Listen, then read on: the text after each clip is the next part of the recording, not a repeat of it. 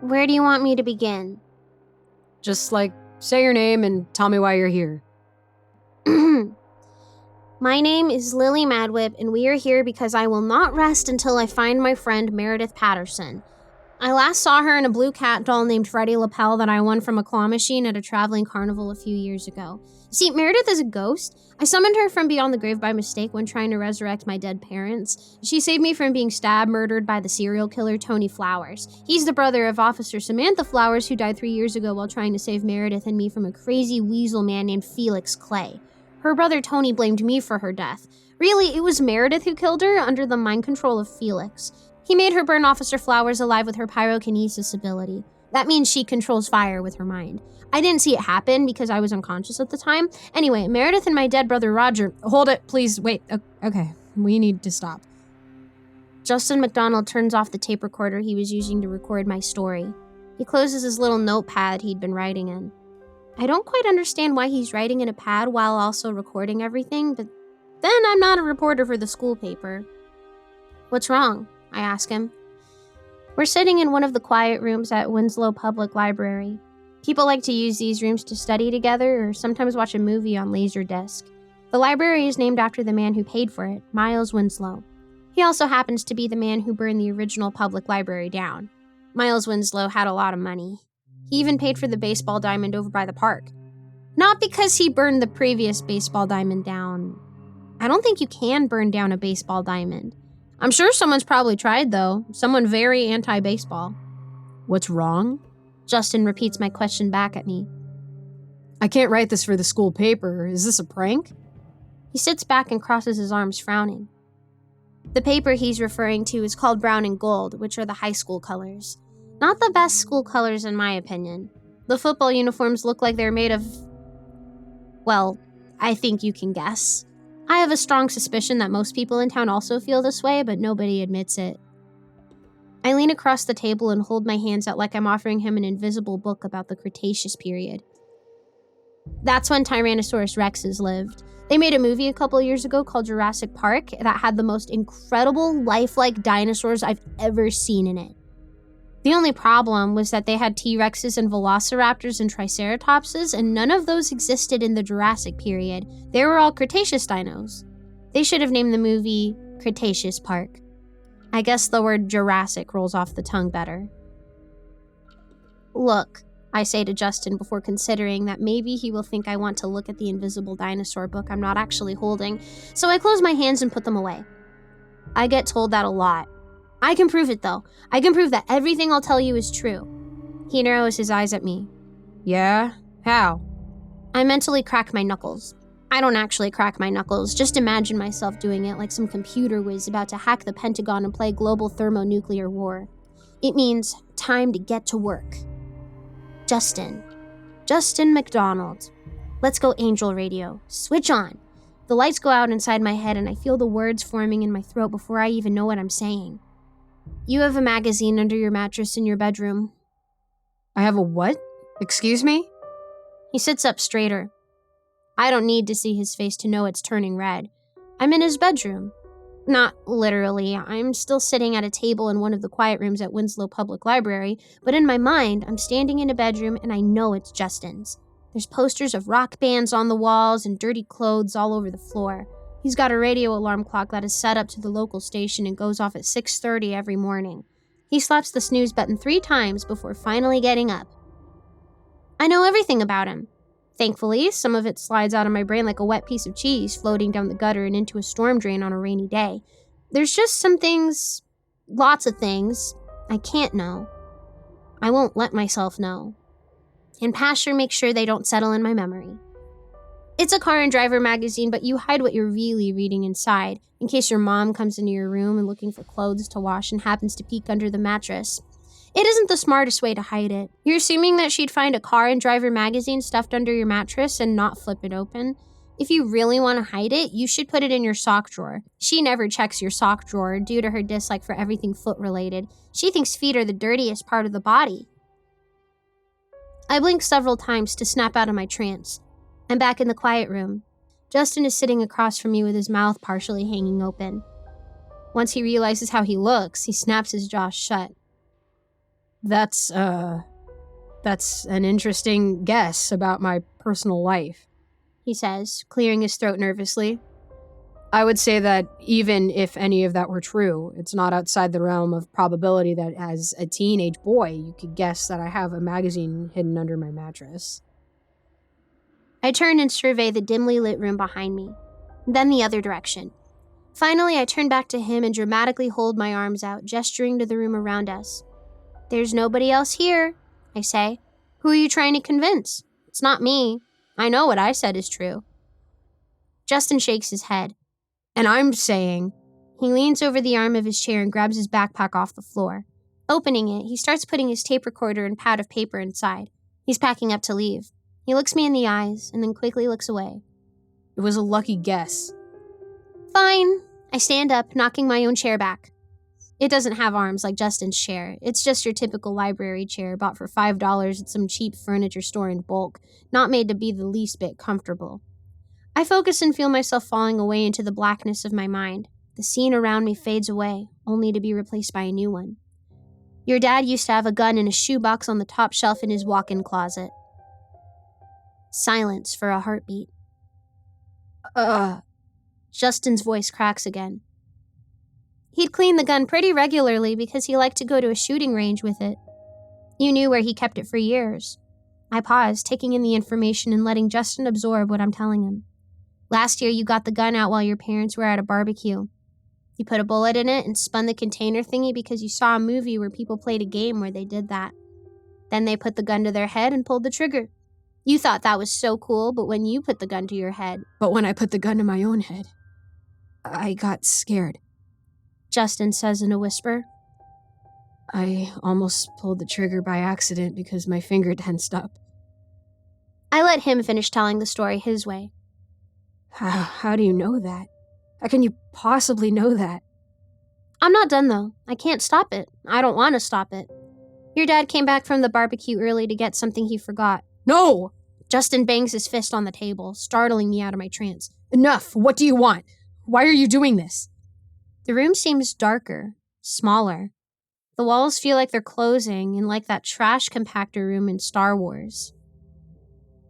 Justin looks at me with angry eyes. Angry, believing eyes.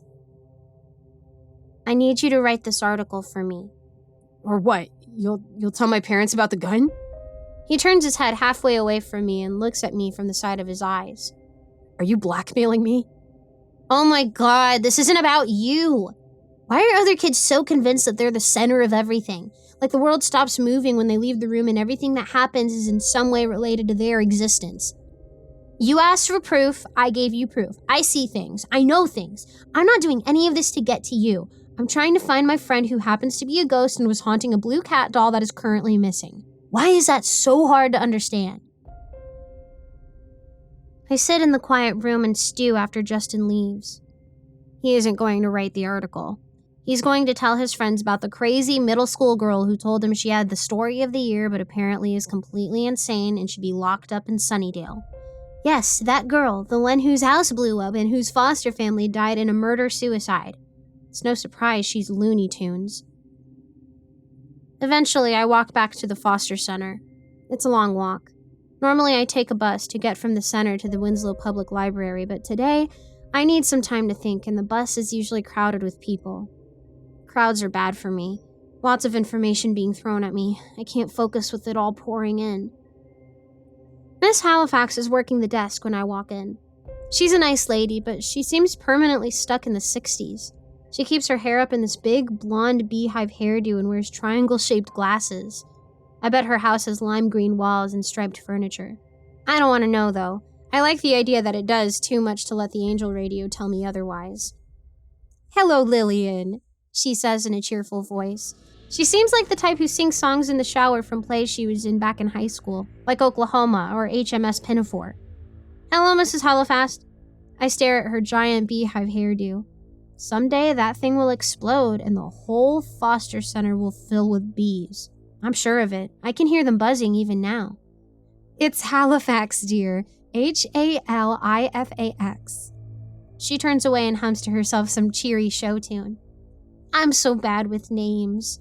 Of course it's Halifax. I know what her name is, but she always gets my name wrong, so I always get her name wrong. Fair is fair. Sorry. There's a bunch of other kids playing cards in the lounge area. I recognize a few of them. Kids I don't want to be around. It's not that they're mean, but I start seeing the things that brought them here, to the foster center. Things their parents did to them. Parents who are very much still alive, but no longer allowed to have contact with their children. It's kind of ironic. Here I am with my parents dead, wishing they were still alive. And some of these kids have parents who are alive, and I actually pity them rather than envy them. And the weirdest part is that they miss their parents as much as I miss mine. Some of them would gladly go back to the abuse and the violence. I can't stomach knowing these things, so I stay away. A little boy with dirty blonde hair spots me and comes running over. His name is Danny Drummel. He's only 6 years old, and he's been in the foster system longer than I have. He's one of those ones I try to avoid. His father deals drugs. He's in and out of prison a lot. His mother never finished high school and used to work at a laundromat until she OD'd. She used to take her anger out on Danny. I can see her slapping him across the face when he spills the milk, trying to pour it by himself. I have to build a wall of other thoughts to block out the images he brings with him. Lee, he says excitedly in that way only a 4 to 7-year-old can. Like nothing in the world matters except this one moment, and it's the best moment you've ever had. Look what I got at the fair! He holds up a familiar-looking blue cat doll. Meredith! I almost squeal her name. I snatch the toy from his hands without thinking. Danny Drummel immediately becomes a wailing banshee.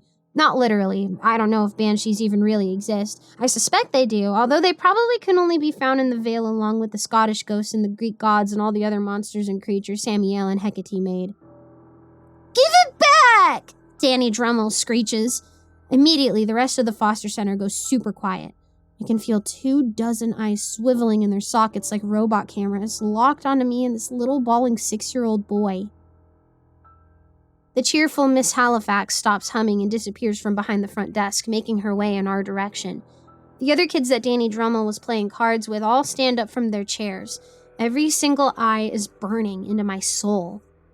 I'm so sorry, I tell Danny Drummel, carefully handing the doll back to him like it's a baby bear and he's the mama bear. I wasn't trying to take it from you, I just wanted to get a good look at it. Danny Drummel grabs the blue cat doll and hugs it to his chest.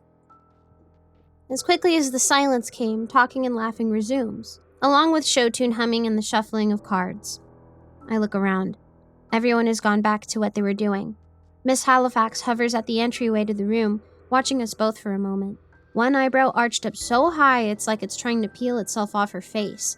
After a tense 5 seconds of me waiting to see if it does, her eyebrow gives up, relents to being part of her face forever, and turns and walks away with it. I'm sorry, Danny Drummel. I should have asked first. I tell him, patting his head before remembering that he hates bathing and probably hasn't washed his hair since he came here, which was before I did. I quickly wipe my hands off on my pants. May I see her? Where did you get her? Danny Drummel hands me the doll. It doesn't feel right in my hands. The stuffing is firmer, the felt material is softer, like it's brand new. Freddie Lapel, my doll, the one Meredith is haunting, was a couple years old and had the wear and tear that a teddy that old has. He wore a little red tie that had ripped half off. This one's tie is perfectly intact. Freddie's eyes were hard plastic and cracked down the middle between the eyeballs. This one's got painted on eyes, probably because the plastic ones cracked too easily. This isn't Freddie Lapel, and Meredith isn't inside it, but it's a clue. It's a bigger clue than all the phone calls I've been getting from people trying to get a reward for finding a cyan beanie baby cat doll at the mall. I told you, Danny Drummel says, wiping his now runny nose. I got it at a carnival today from one of those claw machines. That's where I got mine too, years back. I gave him back the kitty. He hugs it. I'm sorry, but the doll is not that cute. It's actually rather ugly looking. Of course, that was part of its charm for me, so I shouldn't be surprised that Danny Drummel feels the same way. Ugly things are worthy of love too. Except for earwigs. Just no. Whoever created earwigs was like, they say even ugly things are worthy of love, but I'm gonna put that to the test. I walk back to my bedroom that I share with 4 other girls. Their names are Terry, Mary, Harriet, and Millie. Together, we are Terry, Mary, Harriet, Millie, and Lily, and everybody always talks about us in that order. I have a sneaking suspicion someone roomed us all together because they thought that was fun to say. I like to throw people off by referring to us as Harriet, Millie, Terry, Lily, and Mary. Sometimes I swap the first letters of Mary and Terry's names, making them Terry and Mary, but they don't know I'm doing it, and that cracks me up. Pastor is sitting on the windowsill where I left him, scanning for signs of Meredith. Terry's laying on her bed reading an Uncle Scrooge comic book. She's a really good artist, so she and I get along for the most part as long as I don't start talking about dead people and angels. Harriet and Millie don't spend a lot of time in the room because they're older girls and they like to hang out in the lounge until curfew. And then there's Mary. I'm used to people thinking I'm weird, but Mary is on a different level. Her last name is Hatcher, but everyone calls her Mary Hatchet. I'm good at staring when I want to be, but Mary takes staring to a whole new level. She's got pupils so big you can barely see what color her eyes are. They're green. And they're made even bigger by the really thick glasses she wears. Mary wears dresses a lot. By a lot, I mean all the time. She's not allowed to cut her hair either. She says her religion requires these things. I wish it also required blinking on regular intervals. Pastor says she's Pentecostal. I think that means 5 ribs. I don't know why. I've counted my ribs, and there's definitely more than 5. Pastor says Mary has the same number of ribs as me, and that being Pentecostal has nothing to do with the number of ribs you have. Mary doesn't talk to me. She'll talk occasionally to Terry and Millie and Harriet, but whenever I'm around, she goes quiet. I think she's scared of me. She's probably heard about what happened to my family and the lakes and almost everybody else who has come into contact with me. Maybe she thinks I'm the devil incarnate. People always say someone is the devil incarnate. I've started taking a Spanish class, and best I can figure, incarnate means in meat. So like the devil in a meat suit. We're all just souls in meat suits, really. That's something I came to understand from Furfur. I'm a soul piloting a meat suit using my meatball brain like a steering wheel. What is wrong with you? Terry is looking at me from her bed. Terry has a lot of earrings. Some of them aren't even in her ears. I feel bad for her that she went to get her ears pierced and they just kept missing. They stuck her in her eyebrow even. How do you miss the ear so bad? She was probably nervous and squirming or something. Nothing, I say. I glance over at Pasher. He's been quiet for the moment because it takes a lot of his focus to scan the area for Meredith. It's like a big angel radar dish. You realize you were just standing there talking to yourself, right? Terry squints at me.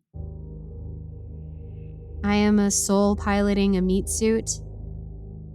Oh, great. I was thinking out loud again. It's really annoying, and I don't know why I do it. It's been happening ever since I got stabbed by Tony Flowers and almost died. Or did die, but refused to go. Whichever it is. I was near or at death, and when I came back, it was like some switch in my head got screwed up, and sometimes I'll think stuff and not realize I'm saying it as well. I just came to get Pasher, I say. I walk over to the window where he's sitting and pick him up. You found something, Pasher says, snapping out of his silence and knowing instantly what it is I'm thinking. But it's not the same one. It's not your cat doll. But he reads more of my thoughts. If the same carnival is back in town, could Furfur have hidden Meredith there? That was months ago, but he would know, from his time inside your head, where you got the doll. He might have located it if it was nearby. Where better to hide a blue cat doll than a claw machine full of blue cat dolls, I think to him. Like a needle in a haystack, he says in a voice that makes me imagine him nodding and holding his chin, impressed with my Sherlock Holmes skills. Yes, I am impressed. Well done, Lily. I almost run into Mary as I'm leaving the room. She stares at me with her giant eyes and then looks away and shuffles past without a word. Actually, that's not true. I hear her whispering something to herself. It sounds like a prayer. It's so quiet I could barely tell from the swishing sound her dress makes as she shuffles. Lily thinks you're scared of her. Terry tells Mary in a sneery kind of voice which answers the question. Did I say that part out loud? I said Terry and I get along, but that doesn't change the fact that Terry is an anarchist and wants to watch everybody tear each other apart and will take any opportunity to cause strife and conflict. Normally, she just sets Harriet and Millie on each other, spreading rumors and stuff. All I did was pass her a free box of ammo. I don't care what Lily thinks, Mary whispers. She shuffles over to her desk, sits down, opens a drawer, and pulls out one of the fattest books I've ever seen. It's gotta be 100,000 pages. If I read a page every day from the moment I was born, I'd probably only be halfway through that book. It's ridiculous. Who actually has that much to say? I don't blame you, I say in a more normal level of volume, which comes across like I'm shouting compared to her. I don't care what I think either, and I'm the one usually doing the thinking. That sounded better in my head. I should just go before I make more of a fool of myself, so I go, banging my face into the door on my way out because I'm so flustered by Mary and her fat book and ability to outstare me. Where do you think you're going? I'm standing at the front desk. Mrs. Halifax is giving me the 3rd degree as I fill out my little card that signs me out of the center. Come on, lady. You're gonna get to read the card in just a couple of seconds anyway. Just be patient. Why do adults gotta ask questions they'll learn if they just be patient? And then they tell us kids to be patient, waiting for the microwave popcorn to finish. I'm sorry, but 2 minutes is unreasonable when I want popcorn now and can already taste it with my nostrils. She takes the card from me. Back to the library? She squints. Why? I left something there. I lie. Of course I'm not going to the library. I'm going to the carnival. Excuse me? Miss Halifax says. What? She cocks her head at me. You just said you're not going to the library. Oh, stupid meatball brain. I was being sarcastic. Why would I want to go to the carnival? Miss Halifax hands me back my sign-out card and crosses her arms. She shakes her head. I don't think so. It's getting late. Tomorrow's a Saturday. You can go then when Miss Darcy is able to take you. Sure, I sigh. Miss Darcy is my care worker. She doesn't like going places. She just gives me $10 every week and tells me not to spend it all in one place. I'm a kid. How am I possibly going to spend $10 all in one place? There's no place around with stuff I could spend just $10 on. Everything costs either $40 or more, or it's something dinky that costs a quarter. I close my eyes and focus on the back of my eyelids. I can see the picture clearly. I'm standing in a grassy field. It's all trampled and covered with empty soda cups, napkins, other trash. And there's no carnival. They've packed up and moved on. They're going to do it tonight. Are you kidding me? I only just found out they're in town and they're leaving tonight? I was literally walking all over town all week, tearing down the vandalized copies of my Have You Seen This Blue Cat doll posters and putting up fresh ones. How did I not see any signs of a carnival? Don't do it, Lily, Pasher says. I'm serious. Not tonight. We'll figure something out. I scoff. You're really going to tell me not to sneak out of my bedroom window and run off to the carnival to try to find my best friend before they pack up and disappear again? I put my sign-out card back in my cubby and march through the lounge where Millie and Harriet and all the other big kids are watching music videos on the television.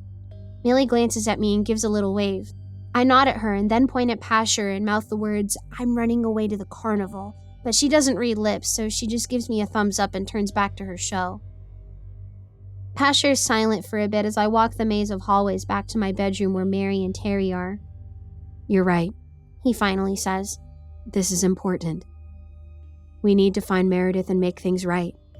This is the first lead we've had in months. The first good lead, anyway, I snort, remembering all the weird phone calls. Hang in there, Meredith. I'm coming to rescue you. Maybe, Pasher says. I clench my jaw. Maybe.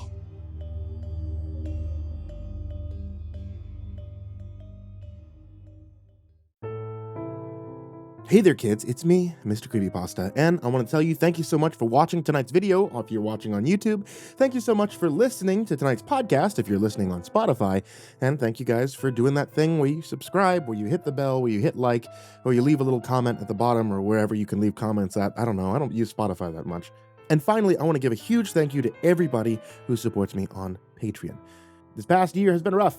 I've been gone for quite a while trying to get things organized for my own life, and Patreon subscribers, you guys who subscribe everywhere, this has kept me afloat in turbulent waters. So I want to give a very special thank you to Jordan Humble, Diana Kraus, Disciple, Strategy Wolf Emoji, SullyMan, Brandon Mendoza, BrimstonePandemonium, Caltuna, William Wellington, Scruffy the Janitor, Brenna Crow, LaQueda Canizales, Smiley the Psychotic, Djenna, Dante Kinkade, SimbasBloodyMojo, Mephistopheles, CursepoxPrimarch, M, Jesus Cornejo, Yarghoul, VerbalHorror, Amber Clark, Jay Kearns, Mike, Himbo Jerry, Crusader Chocobo, Corbin Dallas, Estebean, Seclude, Salty Surprise, Red Shadowcat, Turtleman, Cryolinian, Mr. Marcus Blitz, Dirt Diver 030, Voice of Sand, Psychomel, Melted Lake, Tali Sue, William King, Sashi Suzaku, Croconut 509, Stricken, Freddy Krueger, Hades Nephew, Acid System, Sky Harbor, Nico Kyle, The Ginger Bros, Aaron Stormcrow, Daniel Polson, and Corey Kenshin. I really appreciate your support, and I cannot thank you enough.